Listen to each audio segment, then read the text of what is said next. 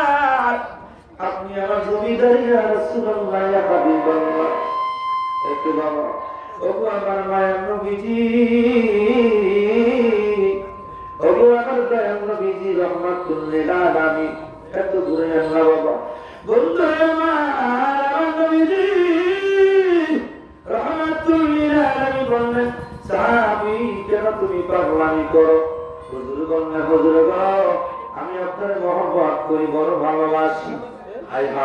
আমি আপনাকে ভালোবাসি, মহব্বত করি। হুজুর আপনার আমার মাতা পিতা, আমার সন্তান, আমার সন্ততি আপনার কদমে কুরবান করে দিলাম। জোরে কন্যা সুবহানাল্লাহ। আপনার কদমে কুরবান করে দিলাম। আচ্ছা বলেন তো, আমরা যখন বলি আমার নবী আমাদের জান, নবী ছাড়া আমরা কিছু বুঝি না। কিছু মানুষের কথা তোমরা নবী নবী করো কেন? কিছু মানুষকে আল্লাহ আল্লাহ বলো না কেন? আরে ভাই, আমার আল্লাহ বলে মাইয়তি আল্লাহ ওয়া রাসূলা ফাকাদাত আল্লাহ।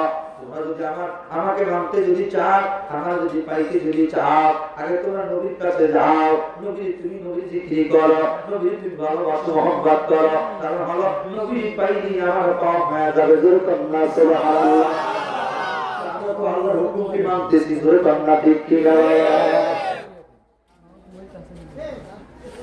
আল্লাহ রাব্বুল আলামিন এবার থাকবেন। এখন ঠিক আছে ভাই? ওকে, আলহামদুলিল্লাহ আলহামদুলিল্লাহ, এখন ঠিক আছে। জোরে বলুন মারহাবা। মদিনা যাইতে পারলাম না, মদিনা দেখতে পারলাম। জোরে বলেন না। মদিনা যাইতে পারলাম না, মদিনা দেখতে পারলাম। মদিনা নাম যে কত মধুর, মদিনা কেসে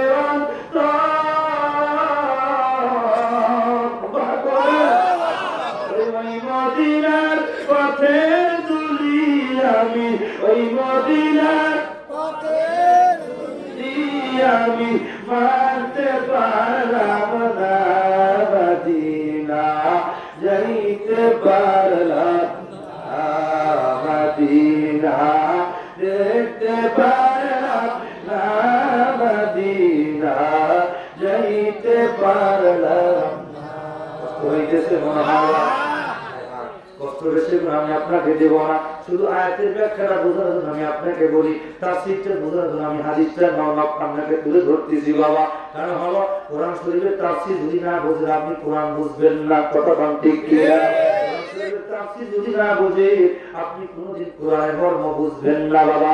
কোরআনের দুইটা দিক আছে, একটা জাহের আর একটা হলো বাতিন। যেই ব্যক্তি জাহের বোঝে বাতিন বোঝে না, ও আমি হামজার মতো উন্মাদনার মতো পাগলের মতো কথা কবে, কথা বলেন ঠিক কিনা?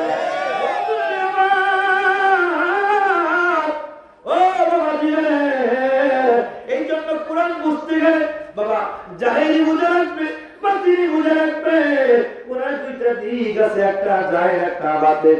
ইলমের দুইটা দিক আছে, ইলমুল ইলমানে নাযাকা ইলমুন নাফে ওয়া ইলমুল কলবি ফিহা হুজ্জাতুল্লাহ। আমার আল্লাহ পাক দুই প্রকার ইলম, একটা ইলমে জাহের, একটা ইলমে বাতিন। ইলমে জাহের হলো জিব্বার ইলম, এই মৌখিক ইলম আমি বয়ান করি, এই মুফতি সাহেব বয়ান করে ইলমে জাহের। আর ইলমে বাতিন হলো ওই বাতিনি বিদ্যা বাবা, যে বিদ্যা বলে মানুষকে চেনা যায়, যে বিদ্যা বলে আল্লাহকে চেনা যায়, যে বিদ্যা বলে